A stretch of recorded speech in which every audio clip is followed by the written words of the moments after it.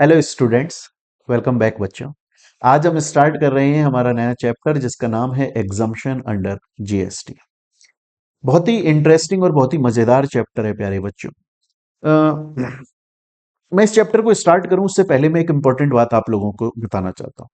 देखो, जनरली क्या होता है, ज्यादातर ये देखा गया है कि बच्चे ना इस चैप्टर से बहुत ज्यादा डरते हैं या इस चैप्टर को उतना पसंद नहीं करते हैं जितना बाकी चैप्टर्स को पसंद करते हैं। उसकी वजह दो होती हैं बेसिकली। या तो ये होता है कि उनके सीनियर्स ने उसको बोला होता है कि यार ये जो एग्जाम्पशन चैप्टर है बड़ा ही ट्रिकी और बड़ा ही लेंदी चैप्टर है, बहुत कुछ इसमें याद करना पड़ेगा, लैंग्वेज जो है वो थोड़ी हार्ड रहती है, ऐसा बच्चों को सीनियर्स बोल देते हैं। या खुद जब बच्चा पढ़ता है तो उसे ऐसा लगता है कि यार थोड़ा सा ये लेंदी होता चला जा रहा है। इसमें कोई डाउट नहीं है कि एग्जाम्पशन चैप्टर जो है वो थोड़ा बड़ा चैप्टर है, थोड़ा लेंदी चैप्टर है, काफी सारी एग्जाम्पशंस उसके अंदर पढ़नी पड़ती हैं। बट वहां पर ही तो हमारे टीचर का रोल आगे आ जाता है कि हम पढ़ा कैसा रहे हैं। क्योंकि अगर हम हार्ड चीज को इजी नहीं कर पा रहे हैं तो इससे बढ़िया बच्चा घर पे बैठ के ही पढ़ लेता मटेरियल से। तो इसके लिए सबसे ज्यादा जरूरी होता है कि जो बेयर एक्ट में या जो नोटिफिकेशंस आए एग्जाम्पशन के, उनके अंदर जो लॉ की लैंग्वेज लिखी हुई है ना, अगर बच्चा उसको डायरेक्टली पढ़ेगा तो उसे समझ में नहीं आएगा, क्योंकि वो बहुत लीगल लैंग्वेज है। तो इसके लिए यहाँ टीचर की रिस्पॉन्सिबिलिटी बढ़ जाती है हमारी, और हमें ये जरूरी होता है कि जो भी एग्जाम्पशन हम पढ़ा रहे हैं कोशिश करें कि हम उसको अच्छे से चार्ट फॉर्म में बच्चे को समझा दें। क्योंकि अगर चार्ट फॉर्म में वो सभी एग्जाम्पशंस को समझा दिया जाएगा ना, तो फिर बच्चे को कोई प्रॉब्लम नहीं आएगी, चार्ट फॉर्म में, पॉइंट फॉर्म में। तो हम ये जो चैप्टर पढ़ने वाले हैं इसको बहुत ही सिंप्लीफाई करके पढ़ने वाले हैं, ताकि ये चैप्टर एक बार आप पढ़ लो और उसके बाद रिवाइज करो तो आपको किसी भी तरह की प्रॉब्लम ना आए, पहली बात। दूसरी बात, इस चैप्टर को देखो हमने डिवाइड कर दिया है कुछ पार्ट्स में। जैसे कि सबसे पहले हम इसका इंट्रोडक्शन पढ़ेंगे कि आखिर ये चैप्टर बोलता क्या है। फिर इसकी थोड़ी हम बेसिक डिटेल्स के बारे में जानेंगे, और उसके बाद फिर हम एंटर करेंगे कि आखिर कौन कौन सी एग्जाम्पशन है। तो चलिए अब हम शुरू करते हैं। ध्यान से देखिएगा प्यारे बच्चों। इसके नोट्स वैसे तो आपकी बुक के अंदर होने चाहिए, बट अगर किसी बच्चे को कोई भी प्रॉब्लम है तो वो हमारी टीम से इसकी पीडीएफ कॉल कर सकता है। हालांकि एग्जाम्पशन चैप्टर के अंदर कुछ अमेंडमेंट्स आए हैं, अच्छे खासे अमेंडमेंट्स आए, वो सभी इस क्लास के अंदर कवर किए जा रहे हैं। चलिए देखिए, जीएसटी के अंदर एग्जाम्पशन गुड्स और सर्विसेज दोनों से रिलेटेड दिए हुए हैं। मतलब जीएसटी में ये नोटिफाई किया हुआ है कि अगर ये वाले गुड्स की सप्लाई करी जाती है या इन सर्विसेज की सप्लाई करी जाती है तो वो एग्जम्प्ट हो जाते हैं। तो जीएसटी के अंदर जो एग्जम्पशन है वो गुड्स की भी दी हुई है, जीएसटी के अंदर एग्जम्पशन सर्विस की भी दी हुई है। लेकिन हमारे कोर्ट्स के अंदर हमें सिर्फ सर्विस की एग्जम्पशन पढ़नी पड़ती है। क्लियर है? Exemption related to services under GST. जो गुड्स से रिलेटेड एग्जम्पशन है वो अपने कोर्ट्स का पार्ट नहीं है, और वो हमें पढ़ना भी नहीं होता है। क्लियर हो गए यहां तक? अब क्वेश्चन ये आता है कि सर, सबसे पहले तो आप ये बताइए कि जीएसटी के अंदर फलाने ट्रांजैक्शन पे या फलानी टाइप की सर्विस पे एग्जम्पशन लग जाएगा। मतलब अगर कोई सप्लायर इस तरह की सर्विस को सप्लाई कर रहा है तो उसके ऊपर जीएसटी चार्ज नहीं होगा। ये डिसाइड करने की पावर किसके पास में होती है? ये पावर होती है सेंट्रल गवर्नमेंट के पास और स्टेट गवर्नमेंट के पास। ये पावर होती है सेंट्रल गवर्नमेंट के पास और स्टेट गवर्नमेंट के पास में। लेकिन जो हमारा जीएसटी काउंसिल है, जिसके बारे में हम अपने प्रीवियस चैप्टर में पढ़ चुके हैं, जो हमारा जीएसटी काउंसिल है ना, वो रिकमेंडेशन देता है। जीएसटी काउंसिल बताता है, देखिए एक्चुअली में होता क्या है, जो जीएसटी काउंसिल है ना वो अपनी मीटिंग करता है। जीएसटी काउंसिल अपनी मीटिंग करता है ना। अब तक देखा हुए तो जीएसटी काउंसिल की 55 मीटिंग हो चुकी है, फिर आगे और भी मीटिंग्स हो जाती हैं, ऐसे होती चलती रहती हैं। वो उन मीटिंग के अंदर वो डिसाइड करता है कि अब किस टाइप की सर्विस पे या किस टाइप की गुड्स के ऊपर हमें एग्जम्पशन लगा देना चाहिए, ताकि अगर कोई भी सप्लायर इस तरह का गुड्स या सर्विसेज की सप्लाई करता है तो जीएसटी चार्ज नहीं होगा। जीएसटी काउंसिल रिकमेंडेशन देता है और फिर डिसीजन लिया जाता है सेंट्रल गवर्नमेंट या स्टेट गवर्नमेंट के थ्रू। अगर आप ये क्वेश्चन पूछते हो कि सर एग्जम्पशन लेने की पावर किसके पास में, मतलब एग्जम्पशन डिसाइड करने की पावर, कि पर्टिकुलर सर्विस या पर्टिकुलर गुड्स की सप्लाई के ऊपर एग्जम्पशन होगा, जीएसटी चार्ज नहीं होगा। ये पावर, ये ऑर्डर, ये डिसीजन लेने की पावर जो है वो तो सेंट्रल और स्टेट गवर्नमेंट के पास में है, लेकिन जीएसटी काउंसिल जब रिकमेंड करता है तब सेंट्रल या स्टेट गवर्नमेंट उस रिकमेंडेशन को समझते हैं और अगर उन्हें सही लगता है तो फिर वो उसको पास कर देते हैं कि ठीक है, अब इस फलाने प्रोडक्ट या सर्विस के ऊपर एग्जम्पशन मिलेगी, जीएसटी चार्ज नहीं होगा।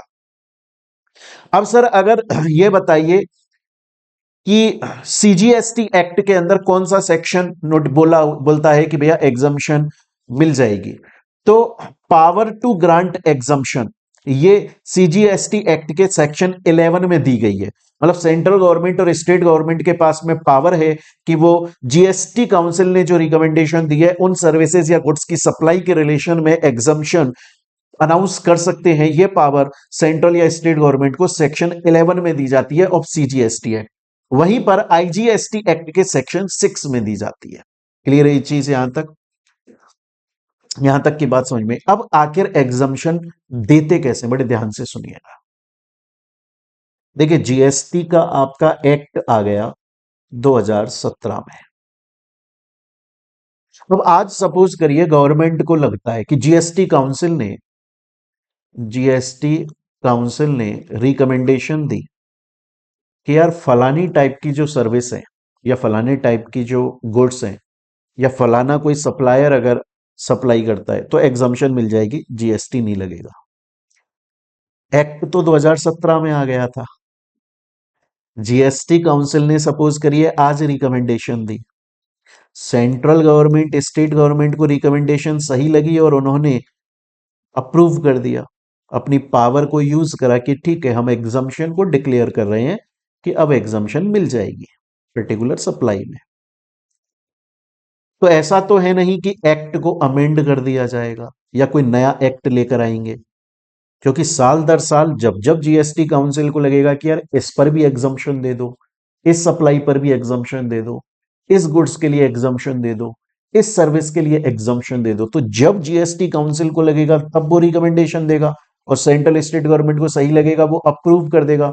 उसके लिए अब बार बार थोड़ी ना जीएसटी एक्ट को आप अमेंड करते रहोगे या जीएसटी एक्ट जो है वो कोई नया ही एक्ट लेकर आ जाओगे। इसीलिए प्यारे बच्चों, जब भी कभी गवर्नमेंट को एग्जम्पशन देनी होती है तो उसके लिए गवर्नमेंट नोटिफिकेशन इशू कर देती है, एक नोटिफिकेशन इशू कर देती है जिसमें डिटेल आ जाती है।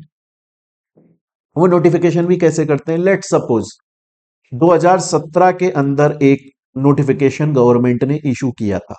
एक 2017 में गवर्नमेंट ने नोटिफिकेशन इशू किया जो एग्जम्पशन के बारे में बोलता है, और वो जो नोटिफिकेशन इशू किया गया था 2017 के अंदर वो 12वें नंबर का 12th नंबर का नोटिफिकेशन था। मतलब उससे पहले 11 नोटिफिकेशन और अपने रीजंस की वजह से गवर्नमेंट लेकर आ चुकी थी।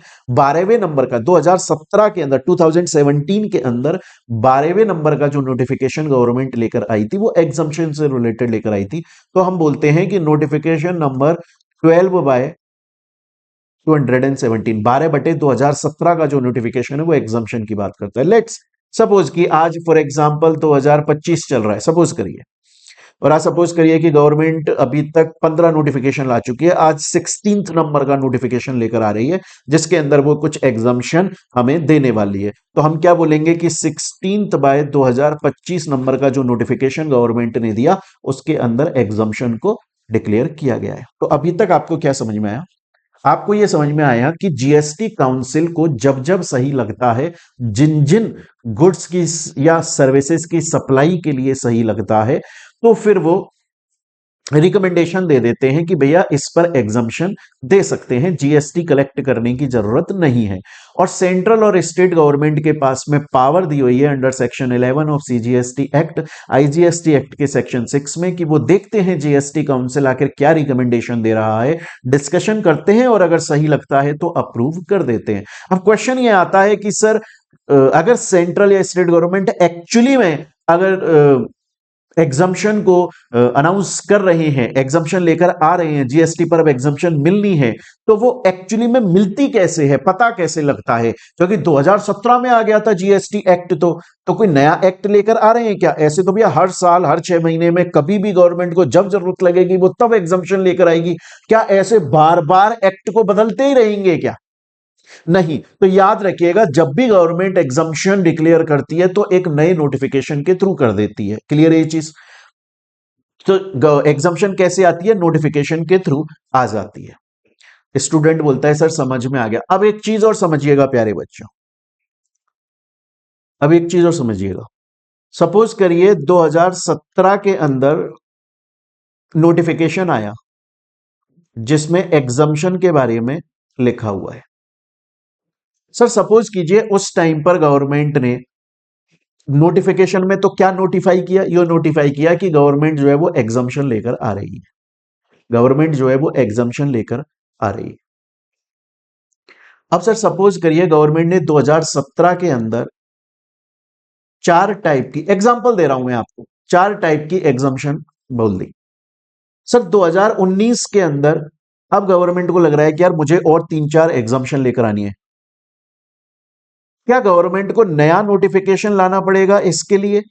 या फिर गवर्नमेंट ऐसा बोल सकता है कि जो ये नोटिफिकेशन आया था 2017 में, उसके अंदर हमने पहले 4 एंट्रियां कर दी थी, एंट्री नंबर ये जो इन एग्जम्पशन के बारे में बोलती थी। अब हम 2019 में 3 एग्जम्पशन और ला रहे हैं, मतलब 3 नई एंट्री सेम नोटिफिकेशन में ऐड कर रहे हैं। अलाउड है? बार बार नया नोटिफिकेशन क्यों लेकर आएगा गवर्नमेंट? जो नोटिफिकेशन लेकर आ गई उसमें कोई नई एंट्री ऐड कर दे। फिर उसको लगता है कि यार 2022 के अंदर हमें और एग्जम्पशन लेकर आनी है, हाँ तो इस नोटिफिकेशन के अंदर और एंट्री ऐड कर दो। फिर लगे 2024 में और एग्जम्पशन करनी है, हाँ तो ये सेम नोटिफिकेशन के अंदर और एंट्री ऐड कर दो। नोटिफिकेशन बढ़ता चला जा रहा है।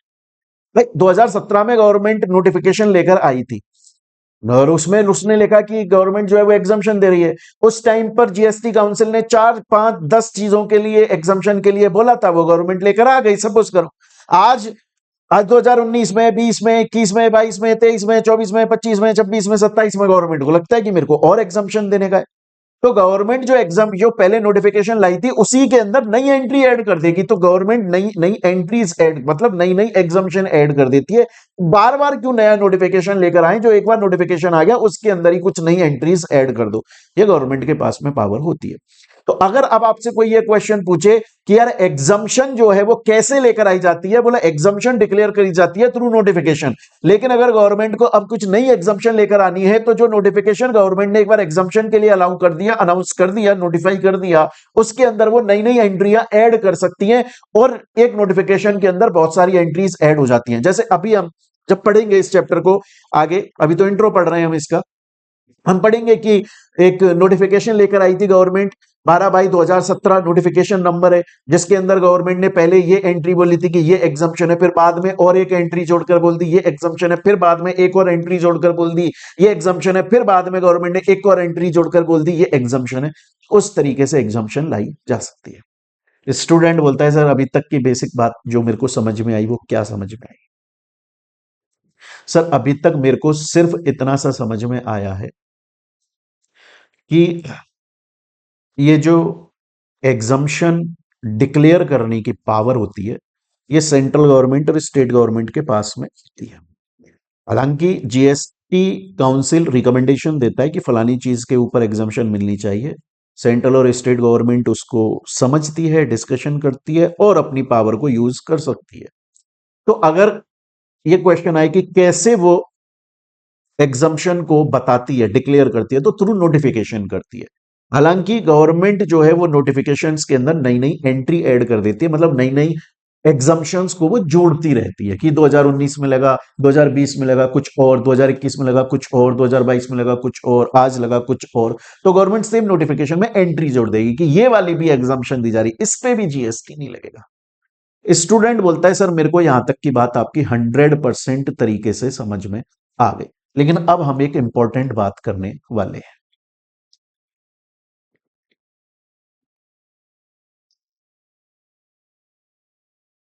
लेकिन अब हम एक इंपॉर्टेंट बात करने वाले हैं जिसको आप लोगों को बड़े ध्यान से समझना पड़ेगा। देखिएगा मेरे प्यारे बच्चे, मैं आपको बोल रहा हूं, आप ना बस शांति से सुनते रहिए इस चैप्टर को। आप ये बोलोगे कि सर मजा आ रहा है।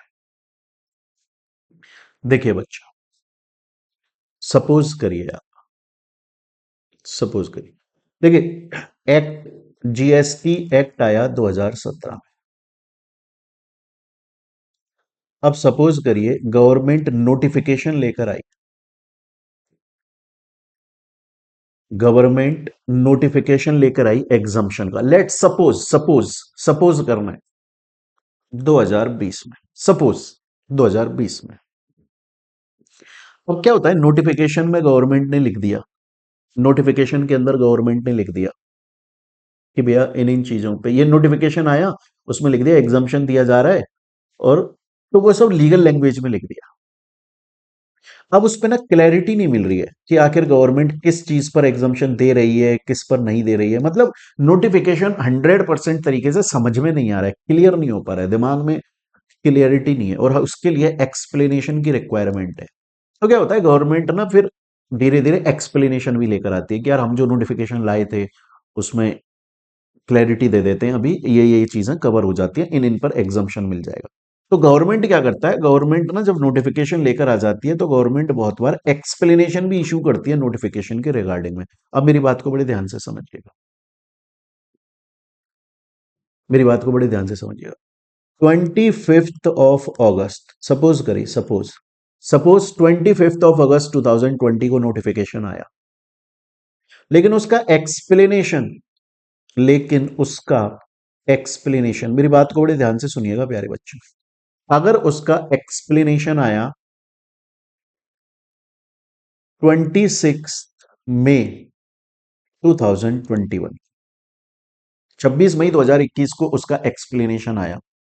क्वेश्चन अब आपसे यह पूछा जा रहा है कि वो जो नोटिफिकेशन इफेक्टिव माना जाएगा, वो किस दिन से इफेक्टिव माना जाएगा? जिस दिन वो नोटिफिकेशन अनाउंस हुआ था 25 अगस्त 2020 को, या जिस दिन उसका एक्सप्लेनेशन आया है 26 मई 2021 को, किस दिन से उस नोटिफिकेशन को इफेक्टिव माना जाएगा, किस दिन से माना जाएगा? पता है लॉ क्या बोलता है? लॉ ये बोलता है कि अगर, लॉ ये बोलता है अगर एक्सप्लेनेशन 1 साल के अंदर अंदर आ जाता है, विद इन 1 ईयर, तो जिस दिन नोटिफिकेशन आया था वहीं से इफेक्टिव माना जाएगा। लेकिन अगर एक्सप्लेनेशन आफ्टर 1 ईयर आता है, 1 साल के बाद, तो जिस दिन एक्सप्लेनेशन आया उस दिन से उसे इफेक्टिव माना जाएगा। अरे मेरी बात समझ में मैं क्या बोल रहा हूं?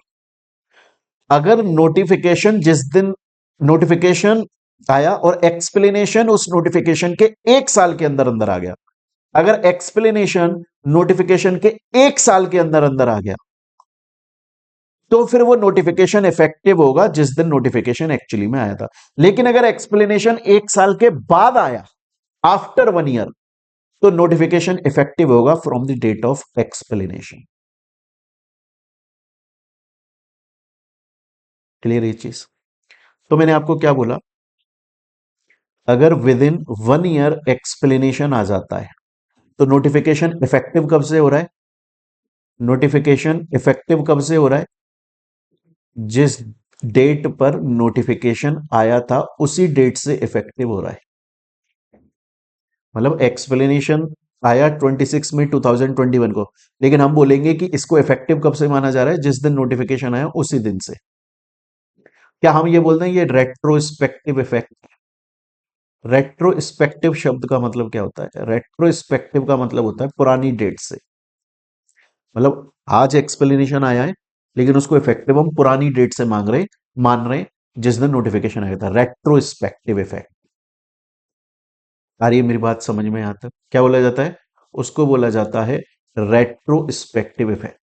लेकिन अगर आफ्टर 1 ईयर आया, आफ्टर 1 ईयर, तो हम इफेक्टिव कब से मान रहे हैं? जिस दिन एक्सप्लेनेशन एक्चुअली में आया उस दिन से। उसको बोला जाता है प्रोस्पेक्टिव इफेक्ट।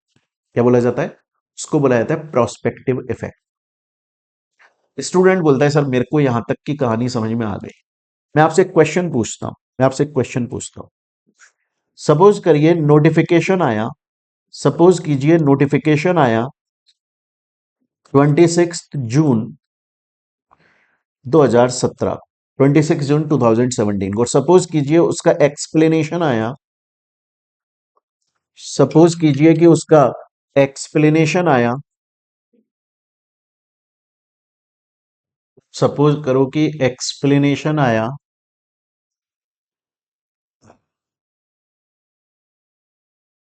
25 सितंबर 2018 को। तो मुझे बताइए कि अब ये इफेक्ट में कब से आएगा, इफेक्टिव डेट कौन सी होगी? क्योंकि सर ये आफ्टर 1 ईयर आया है, क्योंकि ये आफ्टर 1 ईयर आया है, इसलिए इसकी इफेक्टिव डेट यहीं से मानी जाएगी। तो ये कौन सा माना जाएगा? प्रोस्पेक्टिव इफेक्ट माना जाएगा। स्टूडेंट बोलता है मेरे को सर यहां तक की बात आपकी 100% तरीके से समझ में आ गई, लेकिन सर अब मेरा एक डाउट है। मैंने कहा बोलो। बोला सर क्या ऐसा नहीं हो सकता, सर क्या ऐसा नहीं हो सकता कि सपोज करिए गवर्नमेंट ने नोटिफिकेशन लेकर आ गई, गवर्नमेंट, मैंने कहा हाँ गवर्नमेंट नोटिफिकेशन लेकर आ गई। सर आपने बोला था कि नोटिफिकेशन गवर्नमेंट लेकर आ जाती है तो उसके बाद में एग्जम्पशंस के लिए एंट्रीज भी गवर्नमेंट फ्यूचर में लेकर आ सकती है। जी हाँ। तो सर सपोज करो ना कि 2017 में, सर सपोज करो कि 2017 के अंदर नोटिफिकेशन आया, 2017 के अंदर नोटिफिकेशन आया, एंड आज 2024 मई 2024 के अंदर गवर्नमेंट एक नई एंट्री लेकर आई। लेट सपोज कि 2024 के मई 2024 में गवर्नमेंट ने एक नई एंट्री ऐड करी इस नोटिफिकेशन में कि आज से फलानी चीज पर भी एग्जम्पशन होगा। क्या इस एंट्री के लिए एक्सप्लेनेशन नहीं आ सकता? क्योंकि बहुत बार हो सकता है ना कि गवर्नमेंट कोई एंट्री लेकर आई और उसका एक्सप्लेनेशन चाहिए, क्योंकि वो पूरी तरीके से क्लियर नहीं बता पा रहा है अपनी बात को। हाँ, एंट्री का भी एक्सप्लेनेशन आता है। सपोज करो एंट्री का एक्सप्लेनेशन आया, सपोज करो एंट्री का एक्सप्लेनेशन आया 2025 फेब के अंदर, एंट्री का एक्सप्लेनेशन, एंट्री का एक्सप्लेनेशन आया 2025। तो सर अब दो क्वेश्चन आते हैं। पहला क्वेश्चन, ये जो एंट्री है इसका इफेक्ट क्या नोटिफिकेशन डेट से माना जाएगा? आप सोचो, क्या आपको ये जेन्युइन बात लग रही है, कॉमन सेंस, कि नोटिफिकेशन 2017 में आया था, उस वक्त गवर्नमेंट ने कुछ एग्जम्पशंस डिक्लेयर करे होंगे। आज 2024 के अंदर एक नई एंट्री आ रही है जिसके अंदर कुछ नए एग्जम्पशन बताए जा रहे हैं। आपको लगता है कि 2024 में जो एंट्री इंट्रोड्यूस करी गवर्नमेंट ने, आज बोला इस चीज पे एग्जम्पशन लगेगा, उसका इफेक्ट 2017 से आ जाएगा? आपको लगता है ऐसा होगा? नहीं ना। तो इफेक्ट कहां से होना चाहिए? सर वही सेम चीज कि जिस दिन एंट्री को डिक्लेयर करा, मतलब जिस दिन एंट्री ऐड करी गवर्नमेंट ने, अगर उसके 1 साल के अंदर अंदर उस एंट्री का एक्सप्लेनेशन आ गया विद इन 1 ईयर, तो सर रेट्रोस्पेक्टिव इफेक्ट इस दिन से उसका इफेक्ट मान लिया जाएगा। बट अगर एंट्री आ गई और एंट्री का एक्सप्लेनेशन आफ्टर 1 ईयर आता है तो प्रोस्पेक्टिव इफेक्ट। तो सर आप बेसिकली ये बोल रहे हो कि नोटिफिकेशन आया और उसका एक्सप्लेनेशन आया, और फिर नोटिफिकेशन के अंदर एंट्री आई और एंट्री का एक्सप्लेनेशन आया, तो नोटिफिकेशन कब से इफेक्टिव है? वो with in 1 year, after 1 year, prospective retrospective ये चलेगा। एंड एंट्री का एक्सप्लेनेशन आया, इसका भी कब से इफेक्ट में आएगा? वही sir, with in 1 year, prospective retrospective same effect चलेगा। स्टूडेंट बोलता है सर ये लिखी हुई है यहां पर बात एक एक चीज आपने, और मेरे को यहां तक एक एक चीज क्लियर हो गई। अभी तक सर आपने मेरे को छोटे छोटे कुछ इंट्रोडक्शन बताया आपने एग्जम्पशन का। मैं फिर से बोल रहा हूं बच्चों, एग्जम्पशन चैप्टर इजी है, बस हमें डिटेल में पढ़ना होता है इसे, अच्छे से पढ़ना होता है इसे। और जब हम एक एक एंट्री करते हुए चलेंगे ना, तो साथ में मैं आप लोगों को प्रैक्टिस क्वेश्चन भी करवाऊंगा कि हमने एक सर एग्जाम्पशन पढ़ ली किसी पर्टिकुलर सर्विस से, चैरिटेबल सर्विसेज से रिलेटेड पढ़ ली, तो उसका अब क्वेश्चन प्रैक्टिस करेंगे हम। आपको ना एक एक चीज क्लियर हो जाएगी, बस ये हमें डिटेल में पढ़ना है एक एक चीज को। बच्चा क्या करता है, ऊपर ऊपर से पढ़ जाता है, स्टूडेंट क्या करता है, ऊपर ऊपर से पढ़ जाता है और फिर बोलता है अरे यार एग्जाम्पशन चैप्टर तो बहुत हार्ड है, मेरे को तो समझ में नहीं आया। अरे आपने पढ़ा ही नहीं ना दोस्त, पढ़ते तो आता यार, कैसी बात करते हो आप, इंटेलिजेंट हो, मेरे को मालूम है आपको आता। यहां तक की बातें समझ में आई। अब एक क्वेश्चन आता है, स्टूडेंट बोलता है सर देखो एक चीज बताओ मुझे, सर जब कोई ट्रांजैक्शन होता है तो उसके अंदर एक तो सप्लायर होता है सर। सर देखो ट्रांजैक्शन के अंदर एक होता है सप्लायर, और ट्रांजैक्शन में दूसरी जो पार्टी होती है वो होती है रेसिपिएंट, है ना। एक तो होता है सर सप्लायर, एक होता है रेसिपिएंट। और सर जो ट्रांजैक्ट किया जा रहा है वो या तो गुड्स है या वो सर्विस है ना। तो सर अब मुझे ये बताइए कि गवर्नमेंट एग्जम्पशन लाती है, उसका पावर है वो आपने बताया, नोटिफिकेशन के अंदर लाती है, नोटिफिकेशन के थ्रू देन एंट्रीज उसमें इंट्रोड्यूस हो जाती हैं एंड उनका इफेक्टिव डेट वो समझाया आपने, ठीक है, मेरे को आ गया समझ। मेरा एक क्वेश्चन है सर आपसे, जेन्युइन क्वेश्चन है सर मेरा, मैंने कहा पूछो क्या चाहते हो। बोले सर सपोज करो ना कि एक सप्लायर है और एक रेसिपिएंट है, और क्या कर रहा होगा सप्लायर, या तो गुड्स सप्लाई कर रहा होगा या सर्विस सप्लाई कर रहा होगा। जब गवर्नमेंट एग्जाम्शन लेकर आती है तो मतलब किस बेसिस पे या किस तरीके से लेकर आती है, अरे बड़ा सिंपल है यार दोस्त। गवर्नमेंट क्या बोलेगी, या तो गवर्नमेंट ये बोलेगी कि जो पर्टिकुलर सप्लायर है अगर वो सप्लाई करेंगे तो एग्जेम्प्ट है, या तो ऐसा बोल देगी। जैसे लेट सपोज गवर्नमेंट ने बोल दिया कि अगर चैरिटेबल इंस्टीट्यूशंस है, ऐसे चैरिटेबल एंटिटीज जिनका मेन पर्पस चैरिटी करना है, सपोज करिए, सपोज अभी इंट्रोडक्शन समझा रहा हूं, सपोज करो गवर्नमेंट ने बोला कि यार उनको एग्जाम्पशन है, तो सप्लायर के बेसिस पे एग्जाम्पशन की, अगर वो सप्लाई करेंगे तो उनको एग्जाम्पशन मिल जाएगी। या तो ऐसा हो सकता है गवर्नमेंट ऐसा बोल दे, या गवर्नमेंट ऐसा बोल दे कि जो रेसिपिएंट है, मतलब फलाना लोग, फलाना आदमी अगर रिसीव कर रहा है तो उस पर जीएसटी पे नहीं करना है, ऐसा बोल सकती है। तो या तो गवर्नमेंट एग्जाम्पशन देगी तो बोलेगी कि अगर कोई सप्लायर, मतलब कौन सप्लायर स्पेसिफाई कर दिया गवर्नमेंट ने कि अगर, जैसे आज सपोज करो गवर्नमेंट ये बोलती है कि कॉमर्स के अंदर ये प्रोफेशनल कोर्स जो पढ़ा रहे हैं, सीएससी सीएमए, इनको जो पढ़ा रहे हैं उनके लिए एग्जाम्प्ट है, मतलब वो सर्विस प्रोवाइड कर रहे हैं उनके लिए एग्जाम्प्ट है, तो सप्लायर के बेसिस पे एग्जाम्पशन दी गई। या रेसिपिएंट की जो बच्चा पढ़ रहा है, जीएसटी सब्जेक्ट पढ़ रहा है, उसको एग्जाम्पशन है, उसकी फीस पे जीएसटी नहीं लगेगी, तो रेसिपिएंट के बेसिस पे एग्जाम्पशन दी, वो गवर्नमेंट पे डिपेंड करता है गवर्नमेंट कैसे देना चाह रही है।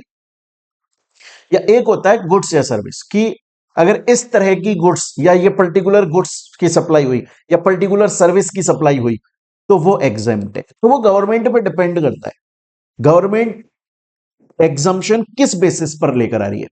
हो सकता है सप्लायर के बेसिस पे लाएगी, फलाना कि वो सप्लायर जो वॉच सप्लाई करते हैं उनके लिए जीएसटी माफ है, या वो सप्लायर जो बैटरी सप्लाई करते हैं उनके लिए जीएसटी माफ है, ऐसा बोल सकते हैं। या गवर्नमेंट ऐसा बोल सकती है कि फलाना रिसीवर, मतलब कोई बंदा जो ऐसे ऐसे है, ये क्वालिफिकेशन है, अगर वो प्रोडक्ट रिसीव कर रहा है तो उसको जीएसटी नहीं पे करना, रिसीवर के बेसिस पे एग्जाम्पशन आ गई। या ऐसा हो सकता है गवर्नमेंट बोले कि यार आज से ना, लेट सपोज कि अगर किसी बंदे को कुछ प्रॉब्लम है और उसके लिए ये मेडिसिन दी जा रही है, ट्यूब दी जा रही है पेन के लिए, तो उस पे जीएसटी नहीं है, तो वो गुड्स या सर्विस के बेसिस पर भी एग्जाम्पशन दी जा सकती है, वो डिपेंड करता है। स्टूडेंट बोलता है ठीक है सर, तीन चीजों के बेसिस पे, या तो सप्लायर के बेसिस पे, या रेसिपिएंट के बेसिस पे, या सप्लाई के बेसिस पे, मतलब गुड्स या सर्विस के बेसिस पे। क्लियर हो गई ये चीज यहां तक। सर यहां तक की बात मेरे को समझ में आ गई, लेकिन सर अब एक क्वेश्चन है मेरा। मैंने बोला अब क्या क्वेश्चन है यार तुम्हारा। बोला सर अभी तक आपने ये समझा दिया एग्जाम्पशन क्या होती है, आपने ये समझा दिया एग्जाम्पशन गुड्स और सर्विसेज किसी के लिए हो सकती है, आपने ये भी समझा दिया कि जो एग्जाम्पशन है वो सेंट्रल स्टेट गवर्नमेंट अनाउंस करते हैं, बट जीएसटी रिकमेंडेशन काउंसिल की रिकमेंडेशन के बेसिस पे करते हैं, नोटिफिकेशन के थ्रू करते हैं, उसमें एंट्रीज ऐड हो जाती हैं, with in 1 year retrospective effect होता है, आफ्टर 1 ईयर प्रोस्पेक्टिव इफेक्ट होता है। Got it. बट एक क्वेश्चन है मेरा, मैंने कहा बोलो यार बाबू क्या क्वेश्चन है। बोले कि सर एग्जम्पशन कितने टाइप की होती है? मैंने बोला अगर आप मेरे से पूछोगे एग्जम्पशन कितने टाइप की होती है, अगर आप मेरे से ये पूछोगे कि एग्जम्पशन कितने टाइप की होती है, तो मैं आपसे बोलूंगा एग्जम्पशन दो टाइप की होती है। एक होती है जनरल एग्जम्पशन, एक होती है मेरे दोस्त जनरल एग्जम्पशन, और एक होती है मेरे दोस्त स्पेशल एग्जम्पशन। सर इसका मतलब क्या होता है? देखो, जनरल एग्जम्पशन का मतलब होता है कि जो जनरली सबको दी जा रही है, टू ऑल, जनरल एग्जम्पशन है। जैसे सपोज करिए गवर्नमेंट कल को ये बोल देती है, सपोज करिए कल को गवर्नमेंट ये बोल देती है कि अगर कोई चैरिटेबल एंटिटी, सपोज कीजिए कल को गवर्नमेंट ये बोल देती है कि अगर कोई चैरिटेबल एंटिटी सर्विस प्रोवाइड करेगी तो एग्जम्पशन है। तो गवर्नमेंट ने ये तो नहीं बोला कि चैरिटेबल एंटिटी गुजरात की, ऐसा तो नहीं बोला गवर्नमेंट ने, या राजस्थान की, या बंगाल की, ऐसा तो नहीं बोला उसने।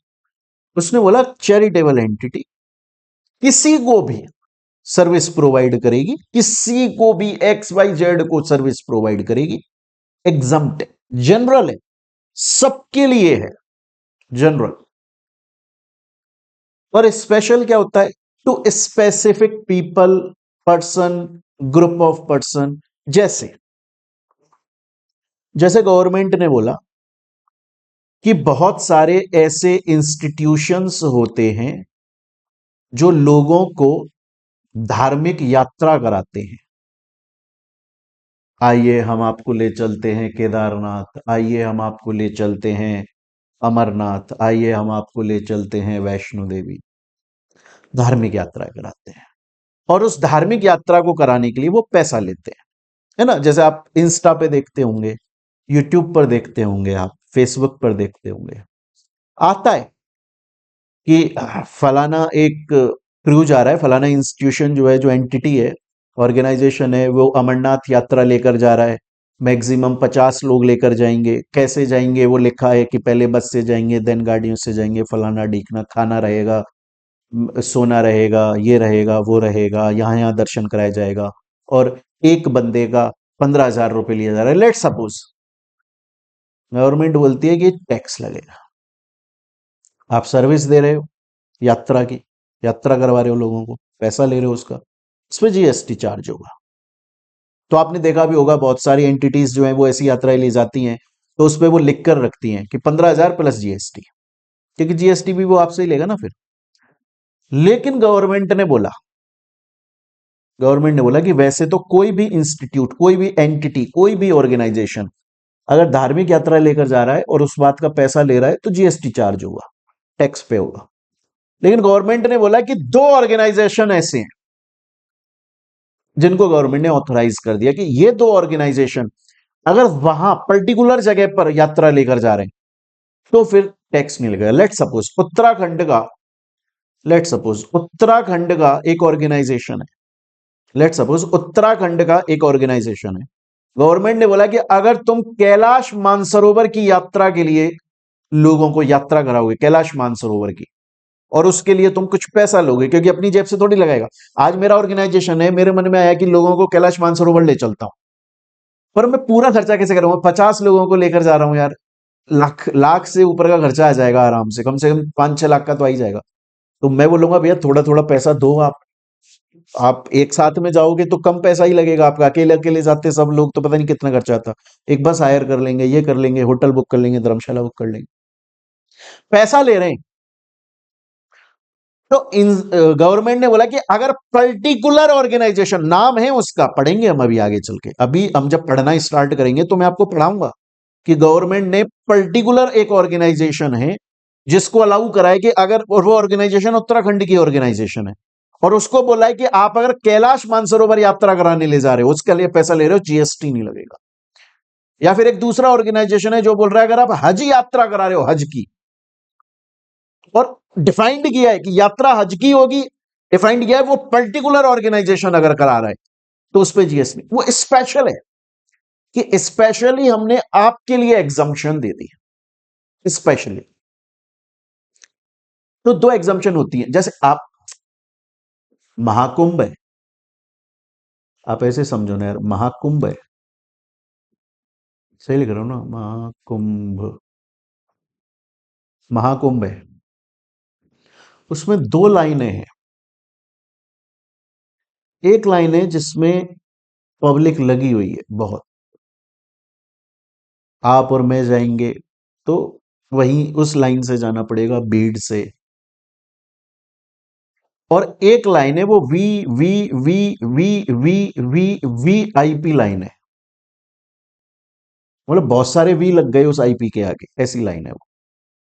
जहां से जाएंगे तो कोई नहीं होगा, मच्छर भी होगा तो उसको 3 साल जेल हो जाएगी कि तू आया कैसे, बॉस जा रहे थे जब, तेरी हिम्मत कैसे हुई रास्ता काटने की। तो ये तो है स्पेशल एग्जाम्पशन कि भैया स्पेशल, तेरे लिए स्पेशल।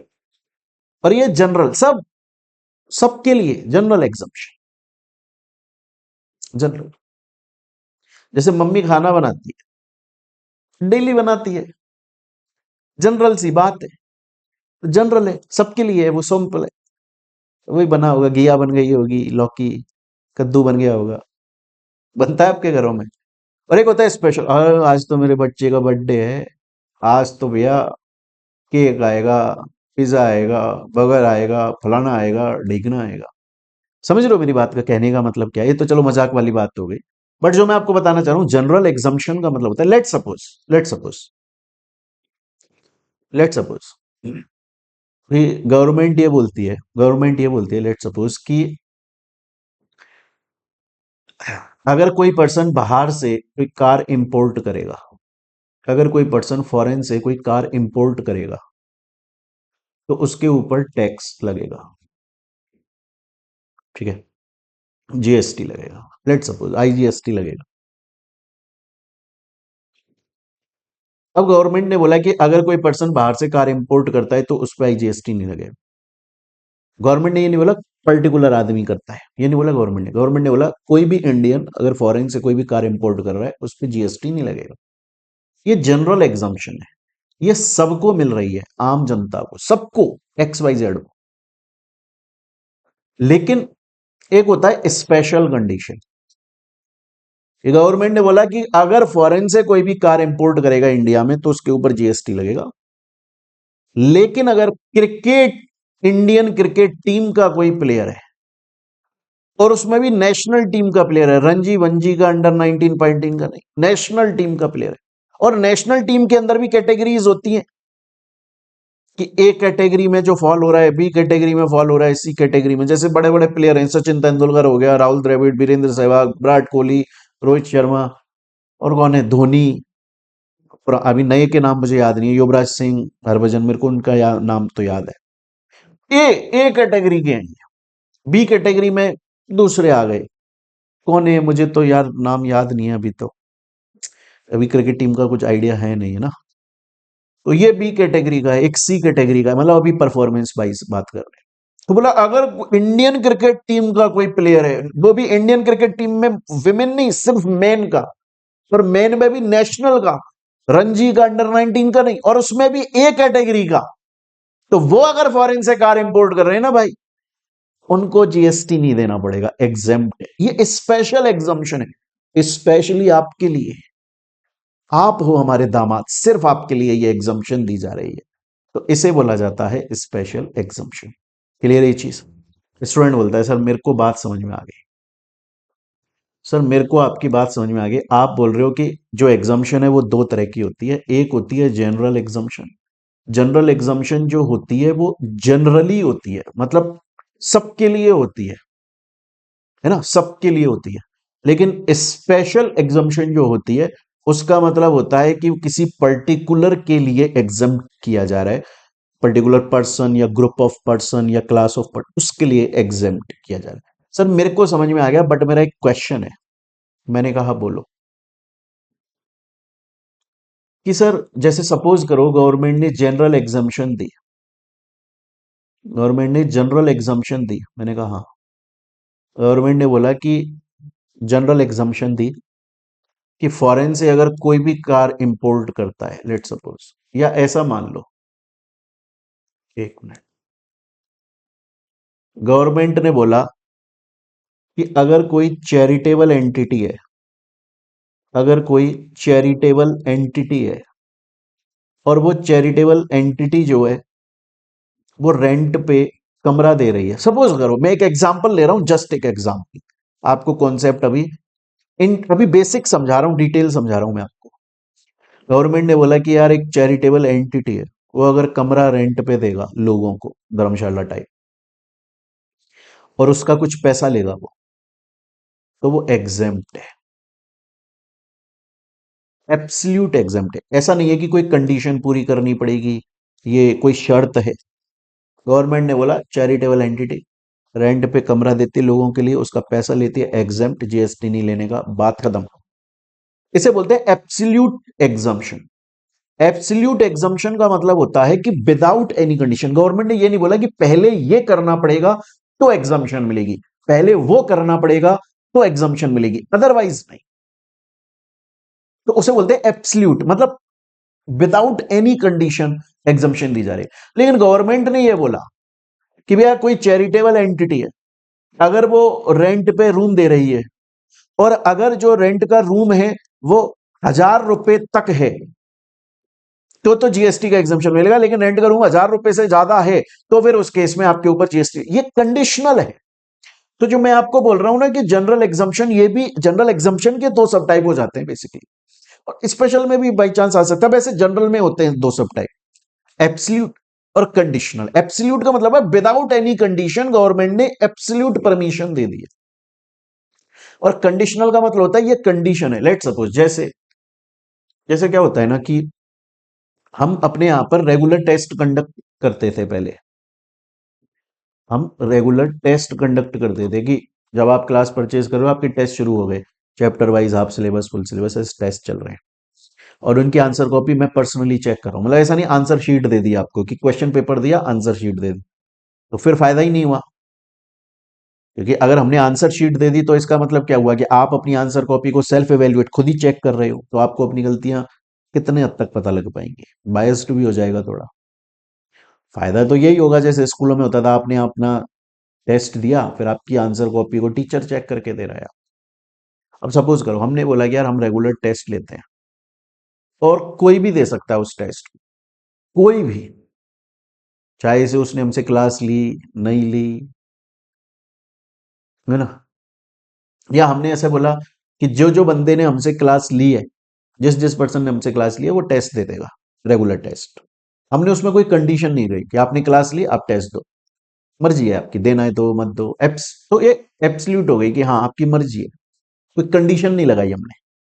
बट सपोज करो हमने एक कंडीशन लगा दी कि जी अगर आपने हमसे क्लास ली है और आपने अगर 40% अपना कोर्स कंप्लीट कर लिया, हम सॉफ्टवेयर में देखेंगे कितना कंप्लीट कर लिया आप, अगर आपने 40% अपना कोर्स कंप्लीट कर लिया तो ही आपको रेगुलर टेस्ट के लिए एलिजिबल किया जाएगा। ये कंडीशनल हो गया, एक कंडीशन लगा दी गई।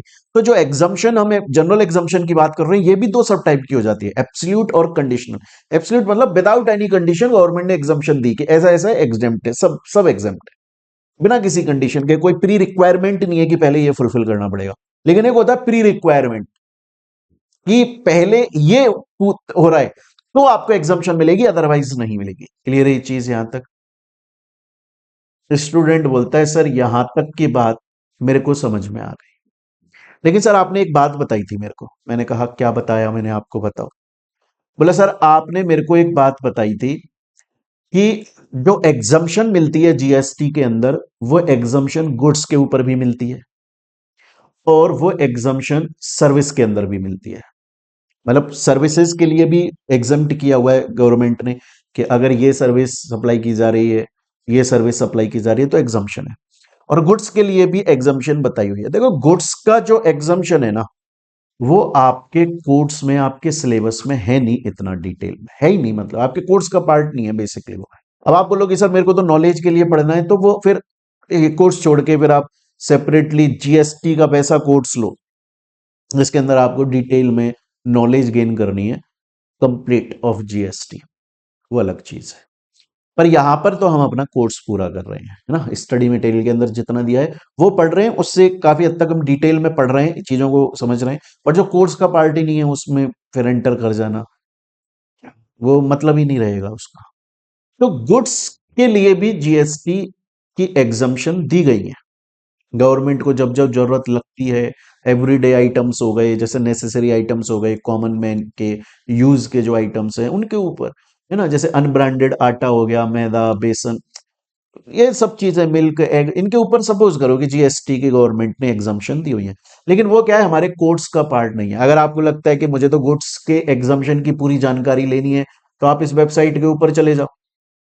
आप चाहो तो आप इस वेबसाइट के ऊपर चले जाओ, वहां से आप गुड्स के कौन कौन से गुड्स के ऊपर जीएसटी में एग्जम्पशन दी गई है वहां से आप पढ़ सकते हो, वो आपकी मर्जी है।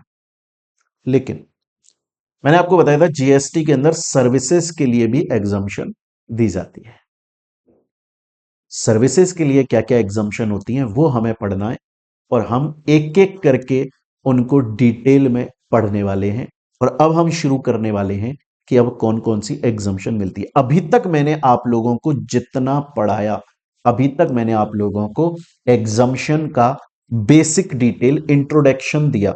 मेरे ख्याल से अब आपको ये समझ में आ गया कि भैया एग्जम्पशन जो है, अब आपको क्या समझ में आ गया, अब आपको ये समझ में आ गया कि एग्जम्पशन जो है वो क्या होता है। गुड सर्विस दोनों के लिए मिलती है, सेंट्रल स्टेट गवर्नमेंट देती है, section 11 of CGST, section 6 of IGST, GST recommendation council recommend करता है, फिर वो लोग ऑर्डर पास कर देते हैं, मतलब नोटिफिकेशन के थ्रू एग्जाम्शन को नोटिफाई किया जाता है।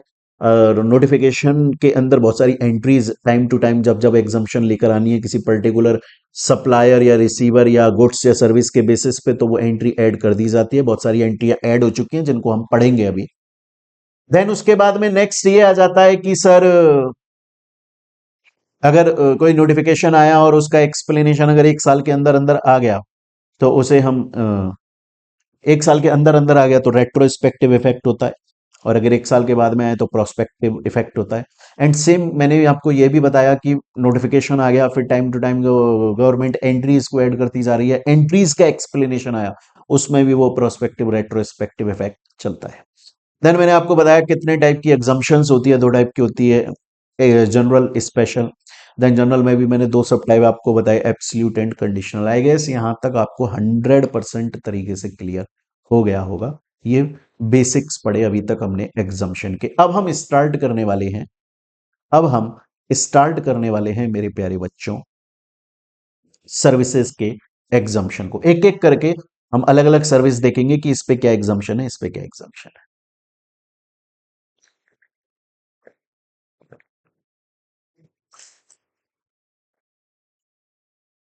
सबसे पहले जो एग्जाम्पशन दी गई है ना स्टूडेंट, सबसे पहले जो हमें सर्विसेज के लिए एग्जाम्पशन पढ़नी है, अब बड़ी डिटेल, अब एकदम सीरियस हो जाओ।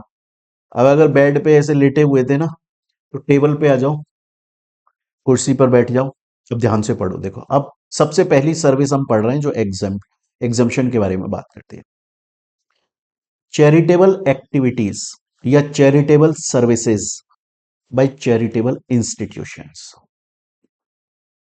अभी इस पे मत देखना आप, है ना, आप यहां मत देखना। आप सोचो ये क्या है, ये अभी समझ में नहीं आएगा, ये अभी मैं बहुत बाद में आपको समझाऊंगा। अभी ये जो मैं बोल रहा हूं, मैंने आपसे क्या बोला, मैंने आपसे बोला कि हम एग्जाम्पशन सर्विस पढ़ना स्टार्ट कर रहे हैं, एग्जाम्पशन ऑफ सर्विसेज पढ़ना शुरू कर रहे हैं। उसमें मैंने आपको पहली सर्विस क्या बोली, हेडिंग को दोबारा से ध्यान से देखो। मैंने बोला चैरिटेबल एंटिटी सर्विस दे रही है। काई की सर्विस दे रही है, चैरिटेबल सर्विस।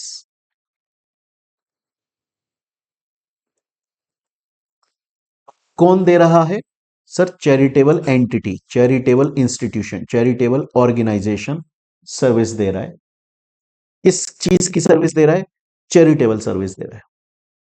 तो सर अब क्वेश्चन आता है पहला, मैं फिर से बोल रहा हूं, बहुत सारे स्टूडेंट्स को इसमें प्रॉब्लम होती है, आपको नहीं होगी। मैंने बहुत सारे चार्ट बनाए हैं, बहुत सारे चार्ट, बहुत मेहनत लगी है इन चार्ट्स को बनाने में। आपको एक एक चीज ना ऐसे मजे से क्लियर होगी। फिर हम क्वेश्चन भी, प्रैक्टिस क्वेश्चन भी मैंने आप लोगों के लिए बनाए हुए हैं। देखो ये प्रैक्टिस क्वेश्चन भी मैंने यहाँ पे तैयार करे हैं, वो भी सॉल्व करेंगे हम लोग, काफी सारे, है ना, और काफी सारे अच्छे अच्छे चार्ट बनाए हुए हैं। बस मैं जो बोल रहा हूं ना उसे आप आराम से मेरी बात को ना सुनते रहो। मैंने आपको अभी क्या बोला? मैंने आपको बोला अगर चैरिटेबल एंटिटी, अगर चैरिटेबल इंस्टीट्यूशन, अगर charitable organisation charitable service provide कर रहा है तो एग्जेम्पशन मिल जाती है। अब बच्चे का यहां पर क्वेश्चन उठा, सर चैरिटेबल एंटिटी का मीनिंग क्या होता है? What is charitable entity? आप बोल रहे हो अगर चैरिटेबल सर्विस दी जा रही है बाय चैरिटेबल एंटिटी, कौन दे रहा है सर्विस को? Charitable entity, charitable institution. कौन है चैरिटेबल इंस्टीट्यूशन? अगर सर आज मैंने एक चैरिटेबल इंस्टीट्यूशन ओपन कर दिया और मैं चैरिटेबल सर्विस देने लग जाऊं और उस सर्विस का मैं कुछ पैसा लूं, तो क्या उस सर्विस का जो मैं पैसा ले रहा हूं उस पर जीएसटी नहीं लगेगा? आपको यह समझना पड़ेगा कि ऐसा नहीं है कि हर चैरिटेबल इंस्टीट्यूशन, इस इंडिया के अंदर तो जाने कितने सारे ऐसे इंस्टीट्यूशंस है, कितने सारे ऑर्गेनाइजेशन है जो खुद को ये बोलते हैं मैं तो चैरिटेबल ऑर्गेनाइजेशन हूं, मैं तो चैरिटेबल एंटिटी हूं। गवर्नमेंट ये बोलती है, लॉ ये बोलता है, सुनो बाबू, हर कोई नहीं है चैरिटेबल एंटिटी। ये जो हम बोल रहे हैं ना कि चैरिटेबल सर्विस प्रोवाइड की जा रही है चैरिटेबल एंटिटी के द्वारा, उस पर जीएसटी का एग्जम्पशन मिल जाता है।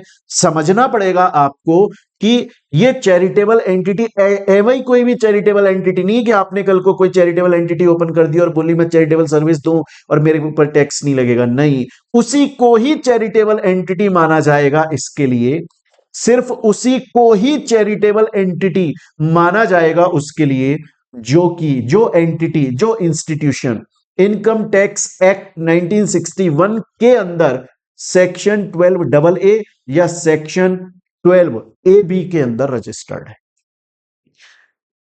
आप सपोज करो, मैं आपसे क्वेश्चन पूछता हूं, आप सपोज करो मैं आपसे बोलता हूं कि एक दीन दयाल फलाना ढीकना नाम से एक चैरिटेबल इंस्टीट्यूशन है। दीनदयाल फलाना ढीकना नाम से एक चैरिटेबल इंस्टीट्यूशन, सपोज एग्जांपल के लिए, और वो इनकम टैक्स एक्ट के सेक्शन 12 डबल ए या सेक्शन 12 ए बी के अंदर रजिस्टर नहीं है और वो कोई चैरिटेबल सर्विस प्रोवाइड करता है।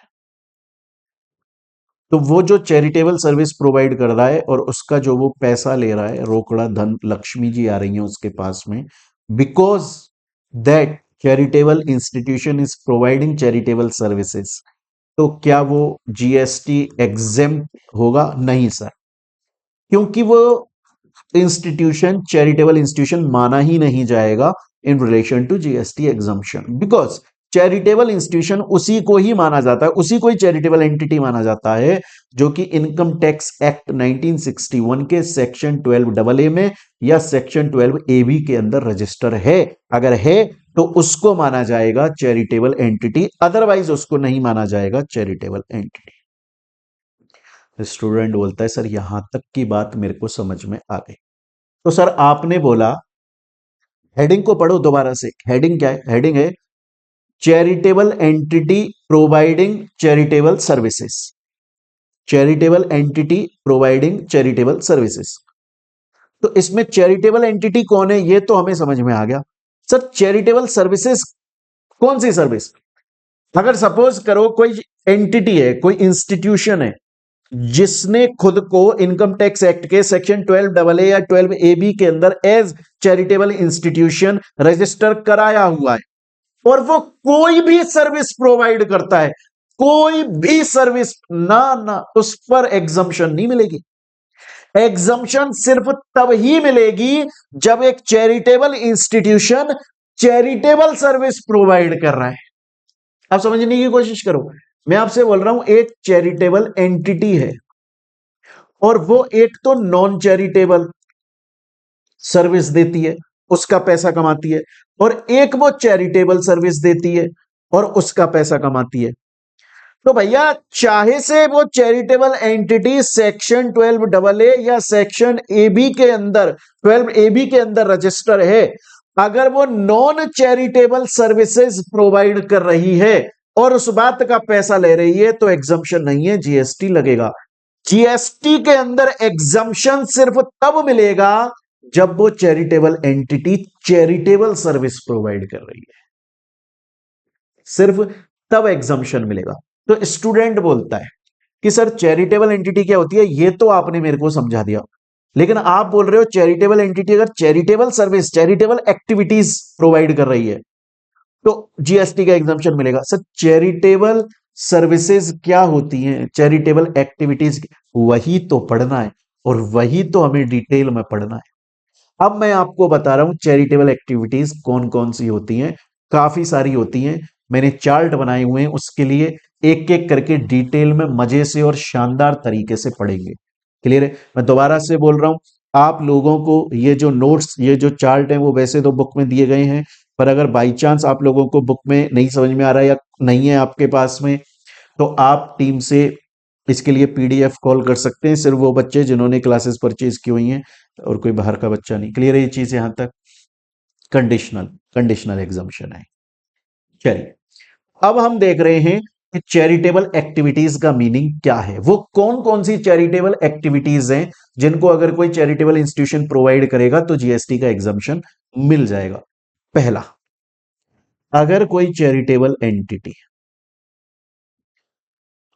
चैरिटेबल एक्टिविटीज प्रोवाइड कर रही है relating to public health, relating to public health, public health में क्या क्या कंसीडर है, वो केयर या काउंसलिंग कर रही है टर्मिनली इल पर्सन की या person with severe physical disability या person with severe mental disability.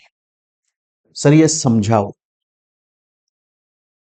पता है बच्चों एक्चुअली में प्रॉब्लम क्या आती है एग्जाम्पशन चैप्टर पढ़ते वक्त,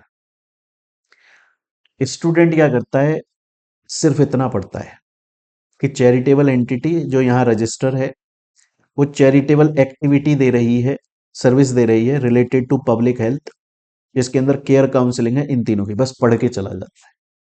अरे यार आपके एग्जाम के अंदर थोड़ी ना सिर्फ डायरेक्टली ये क्वेश्चन पूछ लिया जाएगा, ऐसे डायरेक्टली दे दिया जाएगा, कम चांसेस दे भी दे, लेकिन आपको ये मीनिंग भी तो पता होना चाहिए ना कि केयर या काउंसलिंग का मतलब क्या होता है, टर्मिनली इल पर्सन का मतलब क्या होता है। तो अब हमें डिटेल में एक एक चीजों को समझना है। अब देखिए मैंने आपको क्या बोला, सबसे पहले आप ये समझो टर्मिनली इल पर्सन का मतलब क्या होता है। टर्मिनली इल पर्सन, लॉ बोल रहा है कि अगर कोई चैरिटेबल इंस्टीट्यूट जो यहां रजिस्टर है वो पब्लिक हेल्थ, पब्लिक की हेल्थ, जनता जनार्दन की हेल्थ के लिए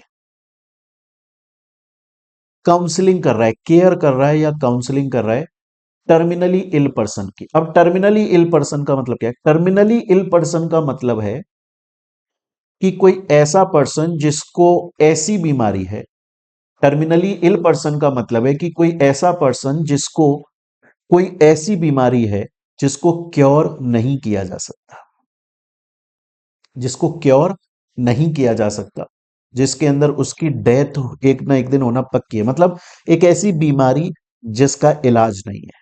टर्मिनली इल पर्सन का मतलब एक ऐसी बीमारी जिसका इलाज नहीं है, जिसको क्योर नहीं किया जा सकता, बस जब तक जी रहा है तब तक जी रहा है, कभी वो मर जाएगा। सर ऐसी कौन सी बीमारी होती है, जैसे कैंसर, कुछ टाइप के कैंसर्स, हर तरह के कैंसर नहीं, आजकल तो कितनी सारी तरह के कैंसर चल गए, पेट का भी कैंसर है, विमेन को ब्रेस्ट कैंसर हो रहे हैं, अलग अलग तरह के कैंसर, माउथ कैंसर हो जाता है बहुत सारे लोगों को, कुछ सम सॉर्ट ऑफ कैंसर जिनका आज भी इलाज नहीं है, वो क्योरेबल नहीं है, वो टर्मिनली इल पर्सन माना जाएगा। या आपने देखा होगा कि एडवांस हार्ट डिजीज हो जाती है, आपने मूवीज में भी देखा है ना, जब हार्ट अटैक आता है तो पूछा जाता है कि भैया कौन सी टाइम आया ये, एक तो डॉक्टर बोलता है सुनो ये हार्ट अटैक पहली बार आया है, अब इनका ध्यान रखो अभी तो बच गए ये, लेकिन होता है ना कि यार अब इनको 3 हार्ट अटैक आ चुके, अब की बार आया तो बंदा फिनिश है। टर्मिनल अब बोलते हैं ये टर्मिनली इल पर्सन हो गया है इसको, एडवांस में हार्ट डिजीज, हार्ट कि डिजीज हो गई है इसको। अल्जाइमर होता है, भूलने वाली बीमारी होती है। तो वो भूलने वाली बीमारी का कोई इलाज नहीं है, अल्जाइमर का कोई इलाज इलाज नहीं है। और वो इतनी बड़ी बीमारी है ना कि आदमी सब भूल जाता है। आदमी ना सब भूल जाता है। और आदमी को ये ध्यान ही नहीं रहता है कि यार कुछ भी, मतलब अपने आस पड़ोस के लोगों को भूल जाता है।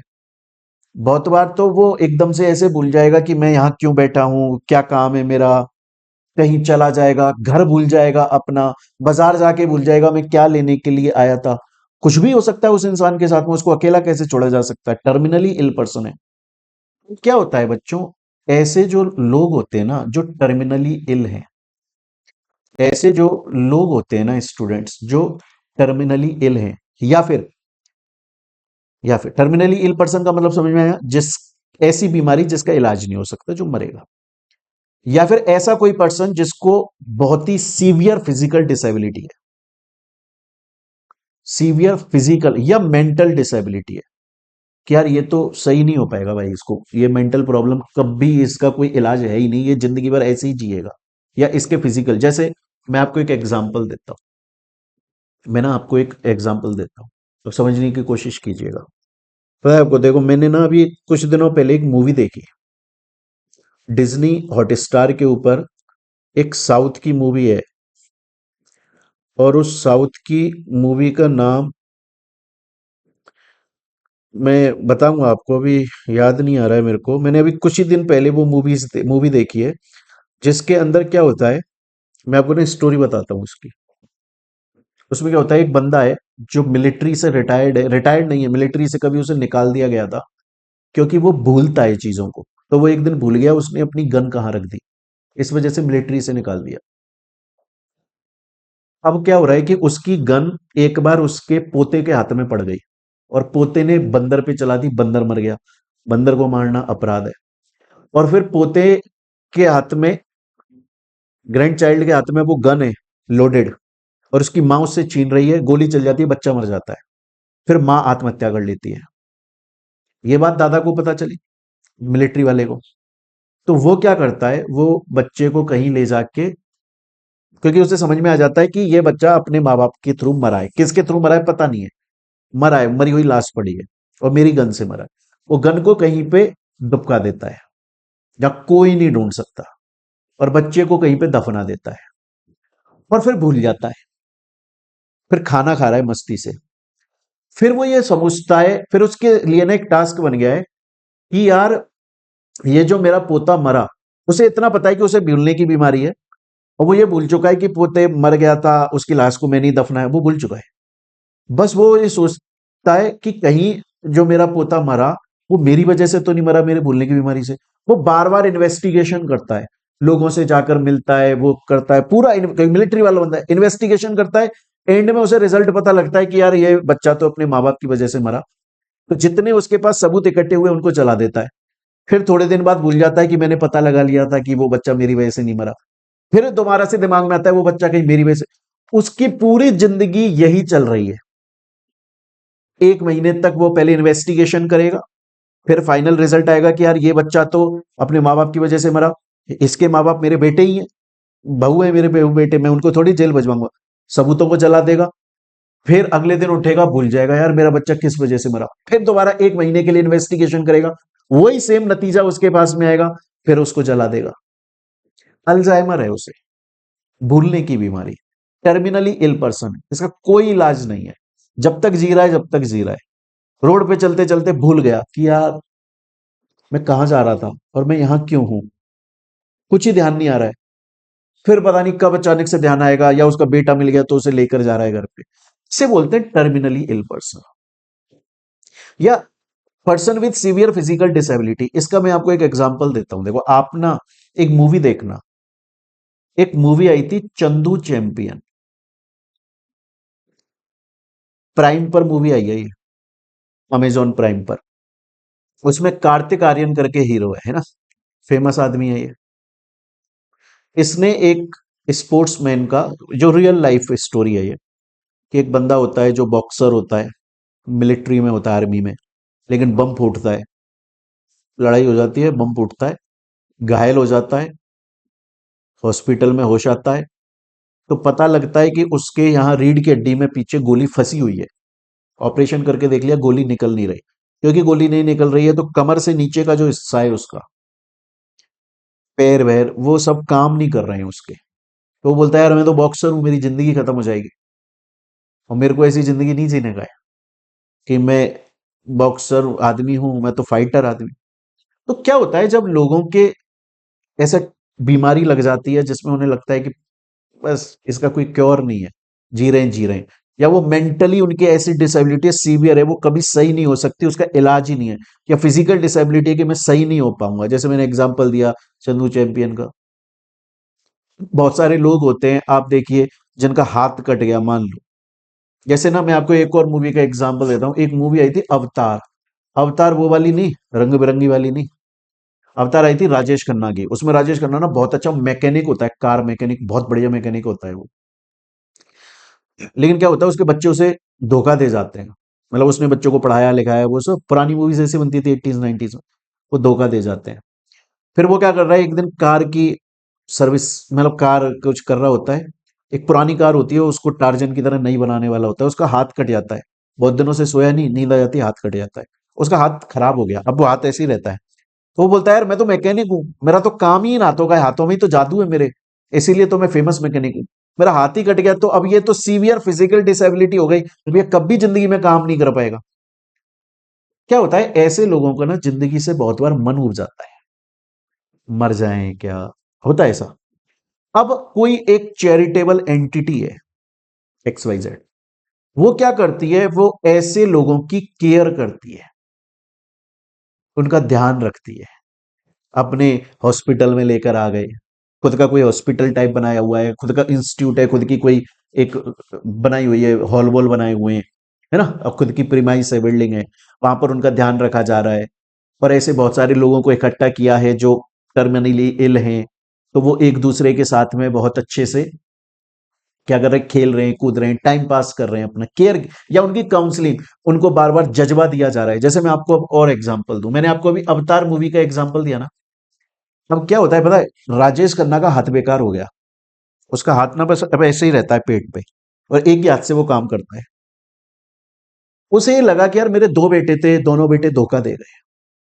तो वो अब देखता है कि क्या और भी ऐसे बूढ़े लोग हैं जिनको उनके बेटे अब धोखा दे रहे हैं, क्योंकि बेटे फाइनेंशियली स्टेबल है, बाप अब बूढ़ा हो गया है। तो उसे लगता है बहुत सारे ऐसे हैं। तो वो करता है एक ऑर्गेनाइजेशन टाइप खोल देता है, शायद उसका अपना घर नाम होता है, कुछ तो होता है मूवी में, नाम ध्यान नहीं आ रहा। और वहां पर वो जितने भी टर्मिनली, आप समझो वो टर्मिनली इल पर्सन है, इल है, फिजिकल डिसेबिलिटी है, मेंटल डिस, उन सबको वहां ले आता है। और फिर कुछ लोग रख देता है कि आप इनकी केयर करोगे, और फिर काउंसलिंग भी करी जाती है कि आप ये कर सकते हो, वो कर सकते हो, समाज में हमारा कंट्रीब्यूशन, हम बोझ नहीं है समाज के ऊपर, जिंदगी जीने की चाह मत छोड़ो अपनी, करता है। जैसे मैंने आपको चंदू चैंपियन मूवी का दिया। चंदू चैंपियन मूवी में क्या होता है कि जब कार्तिक आर्यन के वो गोली लग गई, अब वो चल नहीं पा रहा है, वो बोल रहा है मेरी तो लाइफ बेकार है, मैं बॉक्सर, मेरे को तो गोल्ड गोल्ड जीतने का था ओलंपिक के अंदर। तो उसका कोच आता है, जो आपने सुन देखा भी, और रन मूवी देखी होगी, तो उसमें विजय नाम का जो हीरो है वो आता है, कोच है वो उसका। वो बोलता है यार तेरे को ओलंपिक में गोल्ड ही तो जीतना है ना, तू बॉक्सर है, अब तू बैठ के तो बॉक्सिंग कर नहीं पाएगा। बोला लेकिन एक पैरा ओलंपिक भी होता है। पैरा ओलंपिक का मतलब होता है कि वो लोग जो फिजिकल डिसेबल है, पूरी तरीके से एबल नहीं है, किसी के कुछ ना कुछ तो प्रॉब्लम। बोला एक पैरा ओलंपिक कंपटीशन आ रहा है स्विमिंग का, तेरा पैर काम नहीं करता ना नीचे से, हाथ तो काम करते हैं, तो अब तू बॉक्सिंग छोड़ दे, अब तू स्विमिंग की प्रैक्टिस कर, भगवान ने तेरे को मौका दिया, अब तू स्विमिंग में चला जा और स्विमिंग की प्रैक्टिस कर, और फिर तू गोल्ड लेकर आना है ना ओलंपिक में, पैरा ओलंपिक में गोल्ड लिया, भाई तेरा नीचे का वो बेकार है हिस्सा, हाथ तो काम है ना, स्विमिंग हाथों से करके और लिया। काउंसलिंग करता है उसकी, वो मान भी जाता है, फाइटर आदमी है, और ये रियल लाइफ स्टोरी है। फिर वो करके क्या नाम है, स्विमिंग विमिंग करके जीत जाता है। तो समझ लो अगर कोई चैरिटेबल ऑर्गेनाइजेशन, और चैरिटेबल ऑर्गेनाइजेशन क्या कर रहा है, public health charitable activity provide कर रहा है। कौन सी charitable activity? Public health care कर रहा है, काउंसलिंग कर रहा है टर्मिनली इल पर्सन की, या सीवियर फिजिकल डिसेबिलिटी की, या मेंटल डिसेबिलिटी की, और इस बात के लिए पैसा ले रहा है। तो गवर्नमेंट बोलती है कि वो चैरिटेबल इंस्टीट्यूट पैसा तो लेगा ना यार, किसी के पास में इतना पैसा थोड़ी है कि वो जिंदगी भर ऐसे लोगों को आराम से, उसका भी तो खर्चा लग रहा होगा ना, वो कहां से लाएगा? तो बोलता है थोड़ा बहुत पैसा मेरे पास भी कहीं ना कहीं से आए, ये लोग थोड़ा बहुत तो कमाया होगा, थोड़ा पैसा दे दें तो इनकी लाइफ एक अच्छी हो जाएगी। जीएसटी नहीं लगेगा, गवर्नमेंट ने बोला है। गवर्नमेंट ने यह भी बोला है कि अगर कोई चैरिटेबल इंस्टीट्यूशन चैरिटेबल एक्टिविटी दे रहा है पब्लिक हेल्थ में, कैसे? पब्लिक को अवेयर कर रहा है प्रिवेंटिव हेल्थ। प्रिवेंटिव हेल्थ का मतलब क्या होता है? नॉर्मली आप देखो, आपको बुखार हो जाता है तो आप डॉक्टर के पास जाते हो, है ना? डॉक्टर साहब बुखार हो गया, शरीर तप रहा है, या हमें कभी कोई बीमारी हो जाती है ना, हम तब जाते हैं। गांव में ना, गांव जैसे इलाकों में आप जाओगे ना, वहां एक कहावत है। क्या कहावत है वहां पर? वहां पर कहावत है कि यार घर में आग लग गई, अब कुआं खोदेगा क्या तू? इसका मतलब क्या हुआ? बोला यार घर में तेरे अब आग लग गई, अब तेरे को कुआं खोदना है, और कुआं खोद के पानी निकालना है, और फिर उस पानी से आग बुझानी है। तब तक तो घर पूरा जल के राख हो जाएगा भाई। दैट मीन्स कि दुर्घटना से देर भली। दैट मीन्स कि prevention is better than cure. That means कि यार तुमको बीमारी लग जाए, और बीमारी लगने के बाद में फिर तुम अपना इलाज करवाओ, इससे अच्छा है कि ना तुम हर 6 महीने या 1 साल के अंदर पूरी बॉडी का चेकअप कराओ। बीमारी हुई नहीं है आपको, अभी बीमारी हुई नहीं है आपको, लेकिन आप जाओ और अपना चेकअप कराओ, और चेकअप करा के पता लगाओ कि आपकी बॉडी के अंदर क्या क्या बीमारियां हैं, ताकि पहले से ही वो बीमारियां बड़ा एक रूप ले लें और आपको बीमार कर दें और पटक दें खटिया में, उससे पहले ही आप अपना इलाज करवा लो। अगर आपका चैरिटेबल इंस्टीट्यूशन है जो सेक्शन 12 या 12 में रजिस्टर है, वो क्या सर्विस प्रोवाइड कर रहा है? पब्लिक अवेयरनेस, पब्लिक को अवेयर कर रहा है, सेमिनार कर रहा है, कुछ भी XYZ, मतलब पब्लिक को अवेयर कर रहा है कि भैया प्रिवेंटिव हेल्थ, आप अपना चेकअप कराइए, full body checkup, preventive health, कि आपको बीमारी लगे उससे पहले ही बीमारी का पता लगा के और उससे बच जाइए। और इस बात का पब्लिक को अवेयर करने का वो कुछ पैसा लेता है, तो उसके ऊपर जीएसटी नहीं लगेगा। या फिर कोई ऐसा चैरिटेबल एंटिटी जो कि पब्लिक को अवेयर कर रहा है कि भैया फैमिली प्लानिंग करो, बच्चे तो ही अच्छे, क्रिकेट टीम बना के मत पटक दो, 2 बच्चे करो, जनता बहुत ज्यादा हो गई है, आप इतने सारे कर देते हो, रोड़ों पर डोलते हैं, फिर घर में पूछते हो ये मेरा ही है क्या? ऐसा मत करो भाई, फैमिली की प्लानिंग करो अच्छे से। या अगर आपको HIV इन्फेक्शन हो गया है तो उससे प्रिवेंशन, उसमें अवेयरनेस किया जा रहा है कि सुनो भाई, जो जो HIV पीड़ित है, आप ना ये करो, दूसरे के साथ खाना मत खाओ, ये मत करो, मुंह पे मास्क, जो भी प्रिवेंशन, उस पब्लिक अवेयर किया जा रहा है। तो अगर कोई चैरिटेबल एंटिटी या तो केयर काउंसलिंग कर रही है टर्मिनली इन पर्सन की, या person with severe physical disability या मेंटल डिसेबिलिटी, या फिर पब्लिक को अवेयर कर रही है for the preventive health, family planning या HIV प्रोटेक्शन प्रिवेंशन के लिए, दोनों ही केसेस में एग्जेम्प्ट माना जाएगा। दोनों ही केसेस में एग्जेम्प्ट माना जाएगा। तो स्टूडेंट ने मेरे से एक बात पूछी। स्टूडेंट बोला सर आपने पहले मुझे बेसिक समझाया एग्जाम्शन का, फिर अपने सर्विसेज की एग्जाम्शन पढ़ाना शुरू किया, सबसे पहले आप पढ़ा रहे हो charitable activities by charitable entity. Charitable entity क्या होती है ये तो आपने बताया, इनकम टैक्स एक्ट के सेक्शन 12AA या 12AB में रजिस्टर्ड, ठीक है। सर ये चैरिटेबल एक्टिविटीज क्या होती हैं, उसमें से एक तो आपने मेरे को पढ़ा दिया, एक तो आपने चैरिटेबल एक्टिविटी मेरे को पढ़ा दी। क्या पढ़ा दी? केयर काउंसलिंग हो रही है इन लोगों की, और इनका एक एक आपने एक्सप्लेनेशन दिया, पूरा समझ में आ गया, या पब्लिक अवेयरनेस किया जा रहा है इस चीज के लिए, ठीक है। अभी तो बहुत सारी चैरिटेबल एक्टिविटीज हैं, ये तो मैंने एक ही चैरिटेबल एक्टिविटी बताई है, activities relating to public health. अभी और चलना है हमें आगे। अब तो हमें और देखना है कि और को किस किस एक्टिविटी को चैरिटेबल एक्टिविटी माना जाता है। आ रही है मेरी बात समझ में?